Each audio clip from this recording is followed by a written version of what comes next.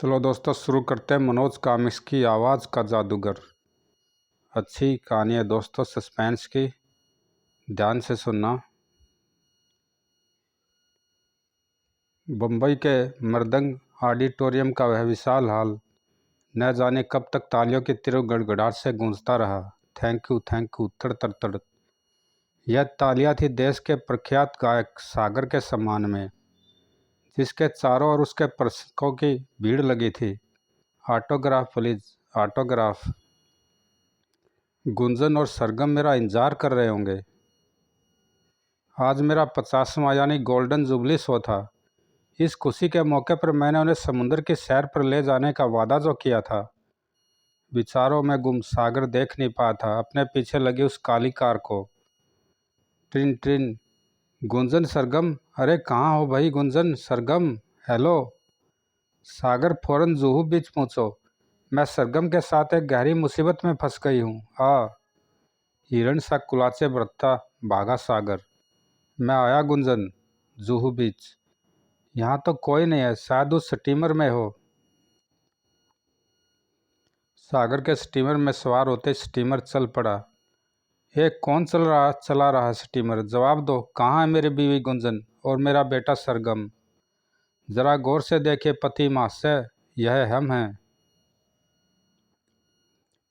फेफड़ों में अटकी ढेर सारी सांस को बाहर छोड़ा उसने। यह क्या मजाक है गुंजन?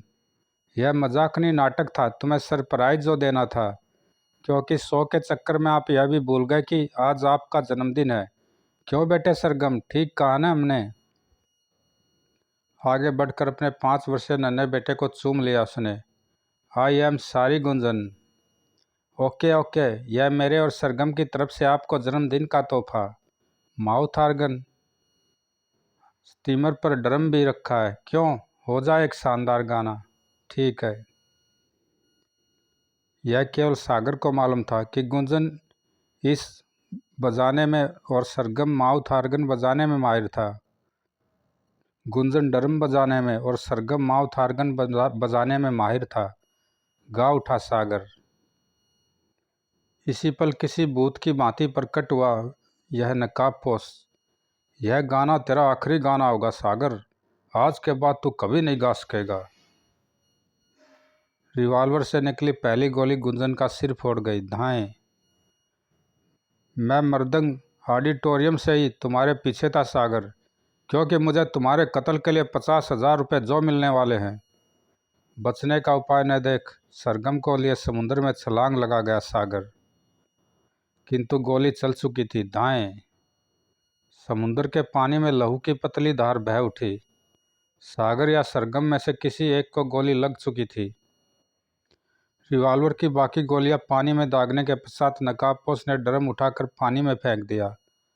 अब मुझे एक ज़रूरी काम निपटाना है। स्टीमर के फ्यूल टैंक पर बारूद की छड़ लगाकर उसके पलीते को आग लगा चुका था वह। अब पुलिस कभी यह नहीं जान पाएगी कि सागर की हत्या हुई है या उसने बीवी बच्चे समेत खुदकुशी की है। एक भीषण विस्फोट के साथ स्टीमर के परखचे उड़ गए। बड़ाम। आज की ताज़ा खबर। प्रख्यात गायक सागर व उसके परिवार की दुर्घटना में मृत्यु। लेकिन आग लगी कैसे और लाशें क्यों नहीं मिली? हो सकता है स्टीमर के फ्यूल टैंक में अचानक आग लग गई हो सर। इस क्यों का जवाब इंस्पेक्टर सावन के पास नहीं था। थक हार कर पुलिस ने सागर मर्डर केस की फाइल बंद कर दी। 4 साल बाद वह लड़का ढाबे को ललचाई नज़रों से देख रहा था। उसके कदम धीरे धीरे ढाबे की तरफ बढ़ रहे थे। हाथ में आई एक रोटी को लिए मुड़ाई था वह की। ठक। ए लड़के। मालिक की कड़कड़ाती आवाज़ सुनकर दौड़ पड़ा था वह। पकड़ो उसे। नहीं, मैंने कुछ नहीं किया। बदहवास भागते उस डरे सहमे लड़के को किसी ने एक और खींच लिया। कहाँ गया वह चोर? न जाने कहाँ छुप गया साला। वापस चलो। बच गए बच्चू, वरना वह सब तुम्हारी खाल उधेड़ देते। नाम क्या तुम्हारा? कुत्ता। चौंक पड़ा वह बड़ा लड़का। यह कैसा नाम है? आज तक जिस घर में नौकर रहा उस घर के लोगों ने मुझे यही नाम दिया है भैया। बेवकूफ़ होंगे वो लोग जो तुम्हें कुत्ता कहते थे। तुम्हारा नाम तो विशु होना चाहिए। मेरे साथ चलो विशु, मैं तुम्हें भरपेट भोजन कराऊंगा। वैसे मेरा नाम बल्लू है। भूख का मारा नन्हा विशु उस लड़के के साथ चल पड़ा सीलन भरी बदबूदार कोठरी में। यह लो विशु, डटकर खाना खाओ। आप कितने अच्छे हैं लल्लू भैया, काश मेरा आप जैसा एक भाई होता। विशु की बात सुन एक पल के लिए कहीं खोस आ गया लल्लू, फिर एकाएक चीख उठा, यहाँ से भाग जा विशु, भाग जा। तू नहीं जानता यह कौन सी जगह है। लेकिन यह जग्गी का अड्डा है विशु, जो छोटे छोटे बच्चों को अपाहिज बनाकर उनसे भीख मंगवाने का कार्य करवाता है। और मैं जग्गी का सबसे पुराना आदमी हूँ। तुम्हें यहाँ लाने का मकसद तुमसे भी भीख मंगवाना था, लेकिन तभी खटाक, अब यह कहीं नहीं जाएगा लल्लू। नहीं जग्गी उस्ताद, इसे जाने दो। इसकी बजाय मैं 10 नए लड़के ला दूंगा, बस इसे छोड़ दो। लगता है इस छोकरे ने तुझ पर जादू कर दिया लल्लू। मैं वादा करता हूँ कि इसे अपाहिज नहीं बनाऊंगा। लेकिन उस सूरत में मैं इसे गाकर भी लेकिन उस सूरत में इसे गाकर भीख मांगनी होगी। बोल गाएगा? क्या गाऊंगा? याद रखना चूहे, अगर तूने भागने की कोशिश की तो अक्खी बम्बई से तुझे ढूंढ निकाल कर यह चाकू तेरे गले के आर पार कर दूंगा। विशु के कंठ में गजब का सुरीलापन था, आवाज में जादू था। बच्चे मन के सच्चे, सारे जग की आंख के तारे। कितना दर्द है इसकी आवाज में। यह एक सिक्का मेरी तरफ से। नन्हे विशु पर बराबर नजर रखे हुए थे जग्गी के पाले हुए गुंडे। वाह, तू तो आवाज का जादूगर निकला रे। इतनी भीख तो साले अपाहिज बच्चे भी नहीं लाते। मुझे विशु को किसी भी हालत में जग्गी उस्ताद की कैद से छुड़ाना होगा। उस रात जब सब लोग नींद की आगोश में खोए थे, एकाएक चीख कर उठ बैठा विशु। नहीं विशु, क्या हुआ विशु, तू चीखा क्यों? कोई भयानक ख्वाब देखा क्या?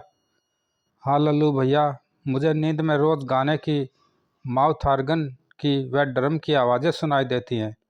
ध्यान से देखता हूँ तो एक स्त्री साया ड्रम बजाते नजर आती है, दूसरा पुरुष साया गाना गाता हुआ, तीसरा एक बच्चा माउथ ऑर्गन बजाता हुआ नजर आता है। कौन है विशु, कौन है वो? उसके जहन में कोई पुरानी घटना चलचित्र की बातें चल रही थी, किंतु विशु को उसकी आवाज़ कहाँ सुनाई पड़ रही थी। उसके कानों में तो ड्रम माउथ ऑर्गन की मदमस्त करने वाली आवाज़ें गूंज रही थी। उसके जहन में कोई पुरानी घटना चलचित्र की बातें चल रही थी। दाएं दाएं। अचानक भागता चला गया विशु। उसके कानों में ड्रम माउथ ऑर्गन व गाने की आवाज़ें अभी भी तेजी से गूंज रही थी। जूहू बीच पहुंचकर देर तक अपलक दृष्टि से समुद्र की ओर देखता चला गया। वह समुद्र की गरजती लहरों के बीच ड्रम माउथ ऑर्गन व गाने की आवाज़ें अभी भी उभर रही थी। फिर न जाने किस भावना के अंतर्गत गीली मिट्टी को खोदने लगा। वह पसीने से सरोबार था उसका चेहरा। एकाएक आंखें चमक उठी उसकी। हे भगवान, यहाँ तो! विशु के मिट्टी सने हाथों ने गीली मिट्टी से बाहर निकाला वह ड्रम व माउथ ऑर्गन। देख क्या रहे हो बेटे? इस माउथ ऑर्गन को होठों से लगा और छोड़ दे सुरों की सरगम और छेड़ दे सुरों की सरगम, क्योंकि तू विशु नहीं सरगम है। सन्नाटे को भंग करने लगी माउथ ऑर्गन की सुरीली आवाज़। तभी लल्लू भैया आप! मैं जग्गी के अड्डे से ही तेरे पीछे लगा था विशु। सचमुच यह तो चमत्कार हो गया। लेकिन यह चमत्कार हुआ कैसे मालूम नहीं। चल अब लौट चले, वरना जग्गी उस्ताद बहुत पिटाई करेगा। उस बदबूदार सिलन भरी कोठरी में प्रवेश करते ही गरज पड़ा जग्गी। कहाँ चला गया था छोकरे? बस यूं ही सैर करने या चोरी करने? बोल, कहाँ से चुरा कर लाया यह? नहीं, मैंने चोरी नहीं की। यह तो बाकी के शब्द विशु के गले में अटक कर रह गए थे। भेद खुल जाने के डर से उसने अपने होठ बींच लिए। जग्गी से झूठ बोलता है, ला इधर ला यह मुंह का बाजा। मुंह का बाजा माउथ आर्गन। नहीं है माउथ आर्गन, मैं किसी को नहीं दूंगा। माउथ आर्गन लिए बाहर भागा विशु। पकड़ो उसे। जग्गी के पाले लड़के भागे, किंतु दीवार बनकर सामने आ खड़ा हुआ लल्लू। नहीं जग्गी उस्ताद, उसे जाने दो। हरामजादे, वह छोकरा तेरी वजह से भाग गया, अब उसकी जगह तुझे कोठरी में सड़ सड़ कर मरना पड़ेगा। तड़ाक। हाँ। जग्गी उस्ताद भागकर कहाँ जाएगा वह छोकरा? उसका डरम तो यही रह गया है। वह इसे लेने जरूर आएगा। उसी दिन मेरा चाकू उसके गले के आर पार होगा। बेसुध पड़े विशु को न जाने कब तक सागर की लहरें भिगोती रही। यदि उन दो हाथों ने उसे न छुआ होता। उठो सरगम। हूँ? कौन सरगम? नहीं विशु हूँ मैं। हाँ हाँ, दुनिया के लिए विशु हो तुम, किंतु मेरे लिए सरगम हो। लेकिन आप है कौन? मैं सागर हूँ, तुम्हारा पिता। तुम्हें आवाज़ का जादूगर बनाकर एक दिन आकाश की बुलंदियों पर पहुँचाऊँगा मैं। फिर वह उसको विशु को एक एक बात बताता चला गया। सुनकर विशु की आंखों में आंसू छलक आए। पापा, मुझे सब कुछ याद आ गया है। मम्मी और आपके हत्यारों को मैं जिंदा नहीं छोड़ूंगा। नहीं सरगम, उन हत्यारों से बदला मैं लूँगा। बस तुम्हें तो आवाज़ का जादूगर बनकर मेरे सपने को पूरा करना है। आओ मेरे साथ। सरगम को लिए इ- इस हाल में पूछा वह। इसे गौर से देखो सरगम। कभी मेलोडियस ऑर्केस्ट्रा हुआ करता था यहाँ, किंतु 4 साल पहले सब कुछ खत्म हो गया। लेकिन तुम्हें फिर से उस संगीत को जिंदा करना होगा सरगम। इस दुनिया को 7 सुरों में बांधकर रख देना होगा। अब मुझे ऑर्केस्ट्रा के अन्य साज मसलन गिटार, ड्रम व सैक्सोफोन वगैरह बजाने के लिए अपने पुराने साथियों को लाना होगा। अगले क्षण वह रहस्यमय शख्स वहाँ से गायब था। कहाँ गए? अभी तो यहीं थे। झंकार म्यूजिक कंपनी।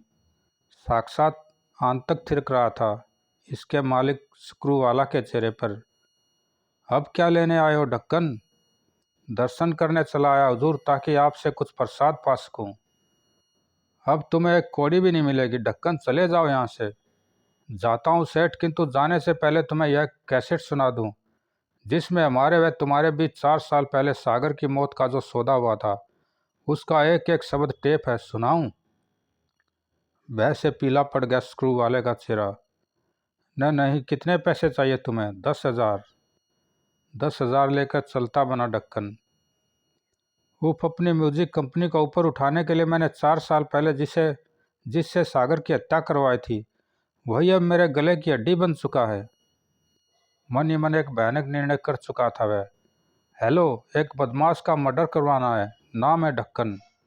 हो जाएगा सेठ, तुम्हें 1 लाख रुपए तैयार रखना। इत्मीनान की लंबी सांस ली स्क्रू वाला ने। अब पिंड छूटेगा उससे। इधर जग्गी के अड्डे पर पहुंचा वह रहस्यमय व्यक्ति। जग्गी उस्ताद, मुझे नहीं लगता कि वह छोकरा ड्रम लेने आएगा। तो ऐसा कर, उस ड्रम को आग लगा दे। तभी डम डम डम। यह ड्रम कौन बजा रहा है, जरा देख तो। डम डम। उसकी आवश्यकता नहीं पड़ेगी जग्गी। अब यह ड्रम तब तक बजता रहेगा जब तक मैं चाहूँगा, और तुझे ड्रम की थाप पर नाचना होगा। इस ड्रम समेत तुझे जलाकर राख कर दूंगा साले। किसी चीते की भांति छलांग लगाई जग्गी ने। किंतु यह क्या डम डम। क्यों? अब पता चला तुझे कि मैं कौन हूँ? विशु, यानी सरगम मेरा बेटा है। जग्गी अब नाच। सचमुच पागलों की भांति नाचने लगा जग्गी। नाचते नाचते बेहोश हो गया वह। इसे पुलिस स्टेशन पहुंचाना होगा, और इन अपाहिज बच्चों के लिए मुझे एक चैरिटी शो करना होगा, जिसमें पहली बार मैं सरगम को दुनिया के सामने लाऊंगा। लल्लू कहाँ है? वह अस्पताल में भर्ती है साहब जी। कल जग्गी उस्ताद ने उसे पीट पीट कर बेहोश कर डाला था। नफरत का सैलाब उमड़ पड़ा उस रहस्यमय व्यक्ति के चेहरे पर। इंस्पेक्टर सावन हाथ में पकड़े पर्चे को तीसरी बार पढ़ रहा था। इंस्पेक्टर सावन, जग्गी की तरह भूत जल सागर व उसके परिवार का कातिल वह उसका असली दुश्मन भी आपकी कैद में होगा। एक शुभ चिंतक। आखिर कौन है यह शख्स और कैसे जानता है सागर के परिवार के कातिल को? उनकी हत्या के पीछे किसका हाथ है? अजीब गुत्थी है। इधर वह रहस्यमय शख्स ढक्कन के घर के दरवाजे पर लटके ताले को देख चौंका था। कहीं ढक्कन अंदर तो नहीं छुपा हुआ। अगले क्षण किंतु अंदर का दृश्य देख भौंचका रह गया वह। ओ नो, किसी ने ढक्कन की हत्या कर दी। यही एक महत्वपूर्ण सुराग था जिसकी मदद से इंस्पेक्टर सावन सागर व उसकी पत्नी के असली दुश्मन तक पहुंच सकता था। पुलिस को भ्रम में डालने के लिए ही कातिल ने बाहर से ताला लगाया होगा। पब्लिक टेलीफोन बूथ के फोन का रिसीवर अपने आप हवा में उठा। हेलो इंस्पेक्टर सावन, बांद्रा स्थित कोठी नंबर 22 में आकर सागर के परिवार के हत्यारे ढक्कन की लाश ले जाओ। समझ में नहीं आता यह एकाएक रात भर में सागर का हमदर्द कहाँ से पैदा हो गया। झंकार म्यूजिक कंपनी का भव्य ऑफिस। ढक्कन का काम तमाम हो गया सेठ सक्रूवाला। गुड, तुम्हारी रकम तुम्हें मिल जाएगी। तभी सक्रूवाला की पर्सनल सेक्रेटरी ने प्रवेश किया वहाँ। यह पेम्फलेट पढ़िए सर। यह समूची बम्बई में जगह जगह रातों रात लगाए गए हैं। सागर मेमोरियल नाइट चैरिटी शो। यह शो उन अपाहिज बच्चों के लिए है जो भीख मांगने जैसा घृणित कार्य करने पर मजबूर हैं। स्थान, दिनांक, समय। खचाखच भरे मृदंग ऑडिटोरियम के स्टेज पर कदम रखा सरगम ने। आज की यह शाम सुर सम्राट स्वर्गीय सागर के नाम। तड़ तड़ तड़ तड़। माउथ ऑर्गन सरगम के होठों से जा लगा। सुर फूट पड़े। सरगम गा उठा। छोटा सा घर हो, प्यारा सा सपना, स्वर्ग सा सुंदर, जहाँ हो अपना। रातों रात मेलोडियस ऑर्केस्ट्रा पुनर्जीवित कैसे उठा? यह लड़का कौन है जिसकी आवाज़ में सागर जैसी गंभीरता है?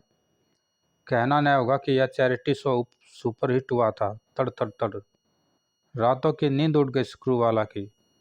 मुझे उस लड़के को हर हालत में झंकार म्यूजिक कंपनी में लाना होगा।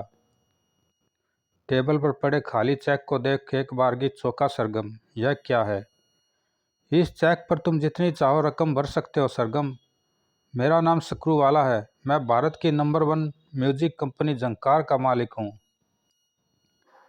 अभी चेक की तरफ हाथ बढ़ाया था सरगम ने कि ठहरो सरगम, इस चेक को फाड़ कर इसके मुंह पर मार दो बेटे। कह दो कि दौलत से किसी की आवाज़ नहीं खरीदी जा सकती। जज्बातों की भौर में बहोगे सरगम तो सब कुछ खो बैठोगे। भर दो इस चेक में रकम। नहीं सरगम बेटे, अपनी आवाज़ कभी न बेचना। एक बारगी सरगम ने दोनों तरफ देखा। फिर चलिए मिस्टर सक्रूवाला, मैं आपकी कंपनी के लिए गाऊंगा। नहीं, आप मुझे सिवाय गरीबी के और क्या दे सकते हैं, जबकि झंकार कंपनी मेरे कदमों में दौलत के ढेर लगा देगी। मेरा जन्म सिर्फ अपाहिज बच्चों के वास्ते चैरिटी शो करने के लिए नहीं हुआ है। धूल उड़ाती दूर चली जा रही थी वह मारुति कार। तूने सिद्ध कर दिया, सरगम की दौलत से सब कुछ खरीदा जा सकता है।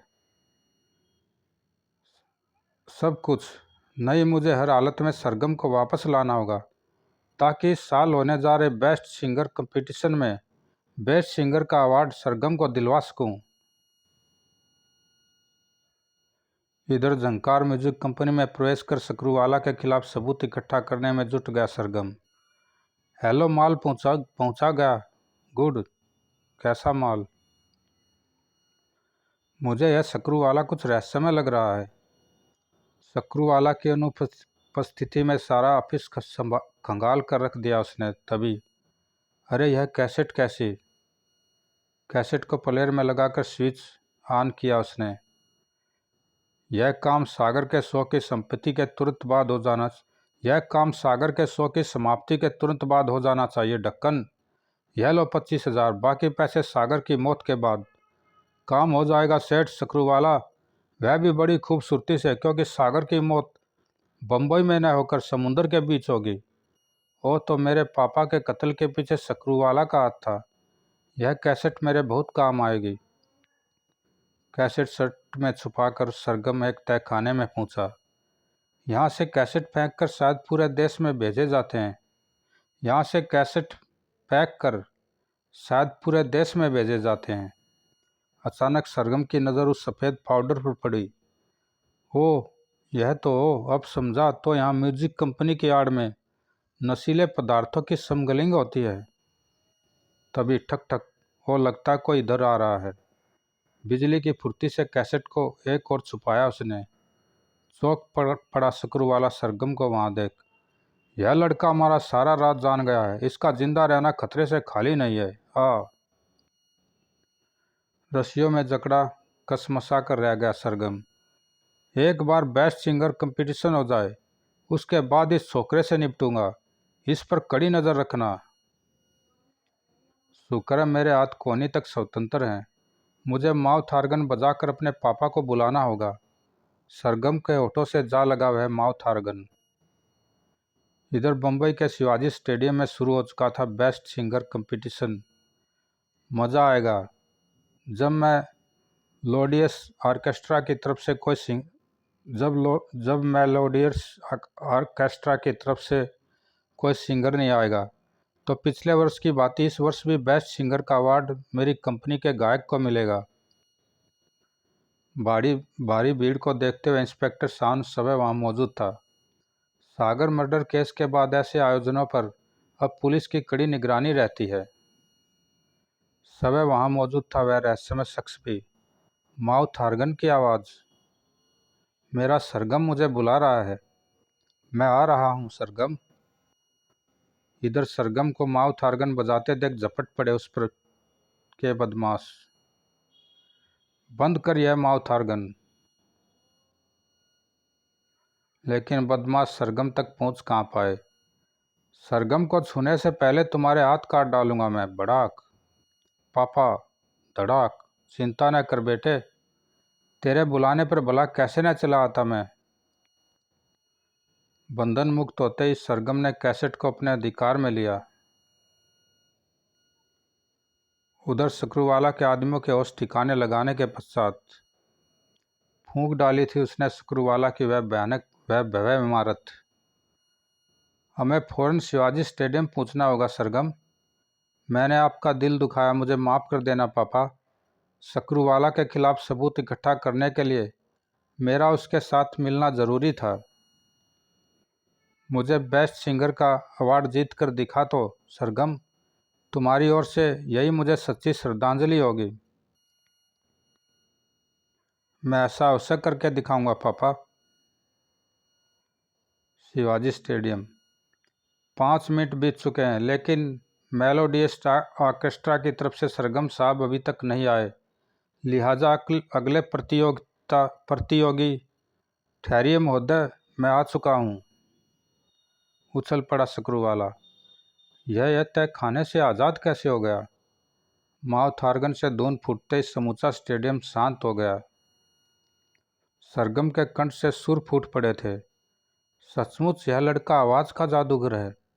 प्यारा सा घर हो, न्यारा सा घर हो। कटार सा पहना सन्नाटा छा गया जब नतीजा सुनाने का समय आया। जज महोदय के अंतिम निर्णय के अनुसार इस साल का बेस्ट सिंगर सरगम। खचाखच भरे स्टेडियम ने पहले ही अपना निर्णय सुना दिया था। यही निर्णय जज महोदय का भी था। आंसू छलक पड़े सरगम की आंखों में। दोस्तों, मेरी इस कामयाबी के पीछे जिसका हाथ है वो मेरे पापा हैं, जिन्हें मैं मंच पर बुला रहा हूँ। कम ऑन पापा। अगले क्षण मंच पर प्रकट हुई सागर की आत्मा। हर कोई सांस रोके देख रहा था। यह अभूतपूर्व दृश्य है। मेरे पापा के कत्ल के पीछे जिसका हाथ था वह कोई और नहीं, मिस्टर स्क्रूवाला है। यह कैसेट साबित कर देगी कि दौलत कमाने के लिए इसने मेरे पापा को मरवा डाला था, ताकि इसकी झंकार म्यूजिक कंपनी मेलोडियस ऑर्केस्ट्रा से ऊपर उठ सके। बाजी पलट चुकी थी। आज तुम्हें पता चला होगा कि इस दुनिया में सब कुछ मर सकता है, किंतु आवाज़ नहीं मर सकती, और कल कोई और आवाज़ का जादूगर बनेगा।